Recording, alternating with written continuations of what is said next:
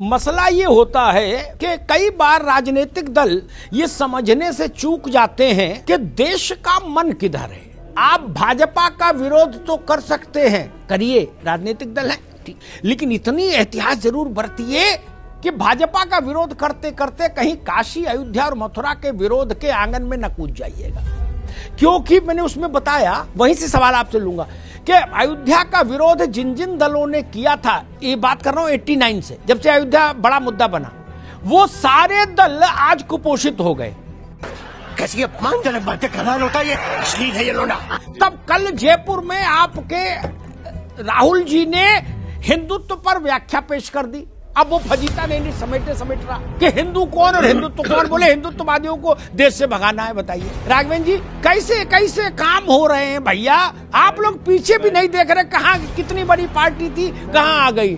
नहीं, बाबा विश्वनाथ कितने तड़प रहे होंगे जी, किस बात से? जिस देश में 12.5 करोड़ लोग भूखमरी के कगार पे चले जाएं, उनकी नौकरी छूटी जाए। ठीक कपिश भाई, अभी आज हम इसी पर रहेंगे। कपिश बाबू आज काशी पर नहीं है, काशी पर नहीं है। बाबा अगर रो रहे हैं तो हमें कहना नहीं पड़ेगा। चलिए ठीक, बाबा रो रहे हैं तो हमें कहना नहीं पड़ेगा। ठीक, लेकिन यही टोन और टेक्सचर में अयोध्या के समय सुनता था। बड़े बड़े विद्वान आते थे, हैं, वो कहते थे बताओ ये क्या लंपटाई हो रही है आंदोलन के नाम पर, है, यहाँ बात वो अस्पताल बना दो। एक बड़े नेता आए, बोले जी यहाँ शौचालय बना दो। सब पार्टियां ध्वस्तीभूत हो गई, कुपोषण का शिकार हो गई, लोगों ने खारिज कर दिया। मैं क्या करूं, फिर जॉब छोड़ दूं? ताई आए हमारे यहाँ इन्हीं 3 बिंदुओं को क्यों रौंदा उन्होंने, क्योंकि हमारी आत्मा से जुड़े विषय थे।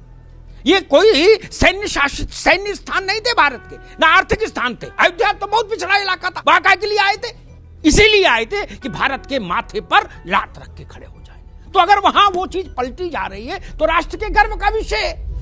तो भारत का गौरव सिर्फ एक ही तरफ से नहीं होता है, चतुर्मुखी गौरव देखना चाहिए एक पालक को कि भूखे पेट क्या भजन हो पावेगा। कांग्रेसी ध्यान से सुने और कांग्रेस के सहयोगी दल भी ध्यान से सुने। मेरा सवाल, हमने शिरडी को देखा, हमने तिरुपति को देखा, हमने वैष्णो देवी को देखा, उन्होंने अर्थव्यवस्था बदल दी उन इलाकों की। भाई केवल धर्मशास्त्र नहीं बदला, समाजशास्त्र नहीं बदला, अर्थशास्त्र बदल दिया। फिर क्या दिक्कत है?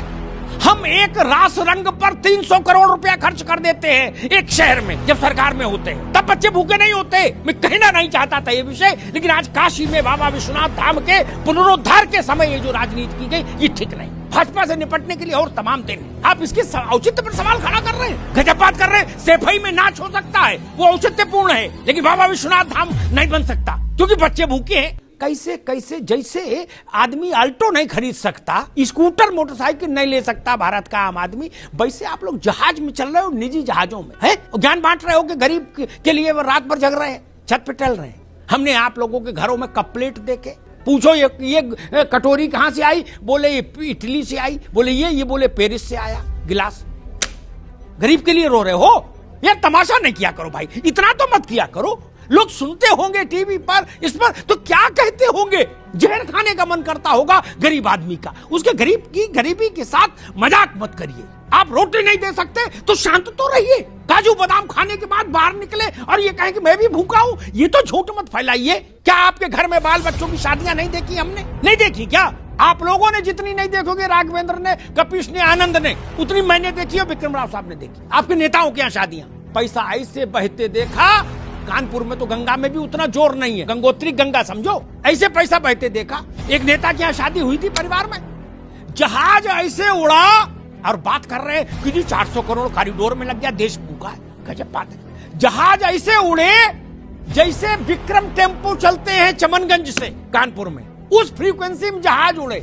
विक्रम राव साहब ने कह दिया मुझे पान खाना है, बोले जहाज ले जाओ पान खा के। कपिल श्रीवास्तव ने 2 मिनट बाद बोला, हम बोले हमको भी खाना, बोले इंडिया दूसरे विमान से ले जाओ। मैंने देखा, बताऊं नाम, चेहरे खराब हो जाएंगे। स्विस कॉटेज बन रही, स्विस कॉटेज शादी ब्याह में। हमको गुलाम बनाने के लिए जिन स्थानों को तोड़ा गया कि हमारी आत्मा पर भी नियंत्रण हो जाए, उन स्थानों का पुनरुद्धार नहीं होगा तो किस जगह का पुनरुद्धार होगा? आपकी कोठी में पैसा लगे तो जायज, और बाबा विश्वनाथ के कॉरिडोर बने तो नाजायज। जितना पैसा लगा है ना, बुरा मत मानना, मैं ऐसे सैकड़ों राजनेताओं को जानता, सैकड़ों, जिनके पास इस मूल्य से ज्यादा के इमारतें हैं जितना कॉरिडोर में लगा है। राव साहब गलत तो नहीं कह रहा? 100 एसी लगे, 100 एसी, इंद्र की सभा लगती है। अरे पशु पक्षी भी विदेशी हैं। 2.5 लाख का तोता, उसको मकाऊ बोलते, क्या बोलते पकाऊ? हाँ, एक नेता थे, बोले ये पकाऊ लाए, मकाऊ बताए, बोले मैंने कितने का लाए? बोले भैया 2.5 लाख का लाए। वो भी कह रहे थे मैं गरीब के लिए रात भर जगता हूँ। मैंने कहा फिर मकाऊ को कब खिलाते हो जब गरीब के लिए रो रहे हो? 7.5 लाख रुपया का चश्मा। बाबा विश्वनाथ पर सवाल उठाओगे? आप लोगों के पास नैतिक सत्ता नहीं है। नैतिक सत्ता नहीं है आपके पास सवाल उठाने की। भाई आपकी कमाई का कोई साधन नहीं और आप कपड़ा रोज 3 बार बदल रहे हो, नींबू काट पहन रहे हो, कहां से आता है पैसा? काम कोई है नहीं, धंधा कोई है नहीं, बायोडेटा में लिखा है समाज सेवा और फॉर्च्यूनर में चल रहे हो झमाझम।